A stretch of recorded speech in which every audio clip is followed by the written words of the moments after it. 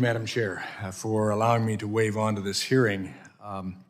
This is the third legislative hearing the committee has held on holding big tech accountable. But once again, I believe it fails to address one of the most pressing issues. It's personal, of course, but the need for a comprehensive national privacy and data security framework. Though many of the proposals today are admirable, they include components that should be considered in a comprehensive framework, not as a piecemeal set of bills.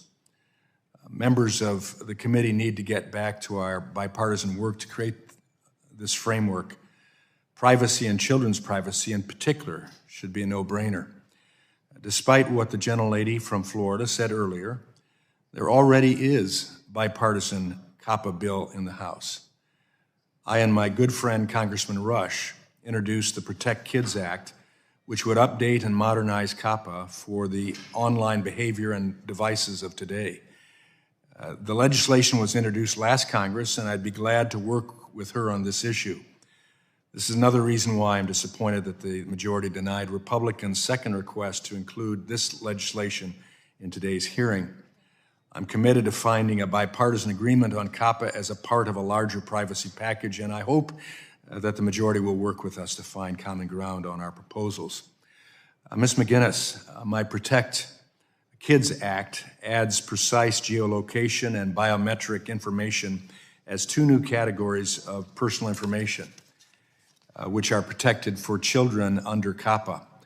I believe that behavioral ads can be beneficial for adults, but many of those benefits do not translate when it comes to kids. And so, how can companies like TikTok design their platforms to better protect this type of information for children without the negative effects that a blanket ban on ad targeting would have for small and local businesses? Thank you for the question, Representative. We encourage companies like TikTok to stem the amount of data that they're collecting from all users, especially children. DuckDuckGo is a search engine, and so I can't speak to many of the issues presenting social media companies in particular. But we do think that there's more that companies could be doing proactively to protect users, and also ways they could be adjusting their algorithm to ensure that they're not causing the sort of mental health and other relevant harms that we've seen Frances Haugen speak about with regards to Facebook, and we know are being perpetrated online. But regardless, the fact that this company can target users and adjust their algorithm in order to kind of reach users in this moment of mental health crisis or kind of anything related to that means that they're collecting too much information on us all, much less kids.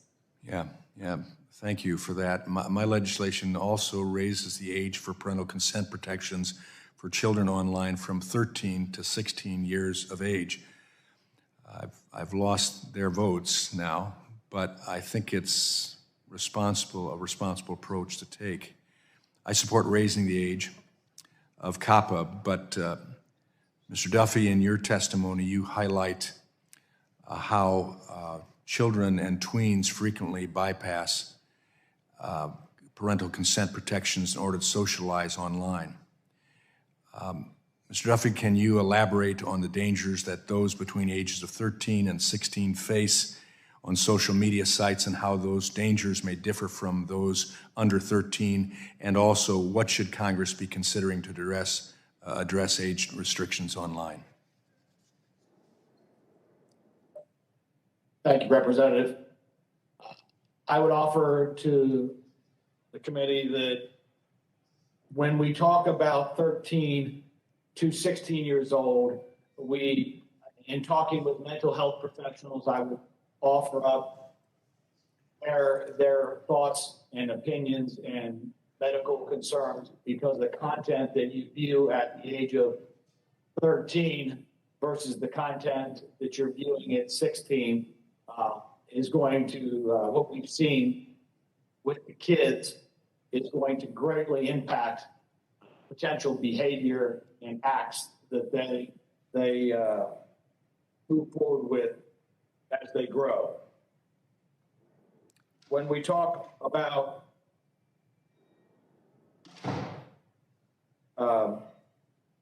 this a circumvention issue, because they will never stop today's youth from bypassing age restrictions. And parents can be an asset.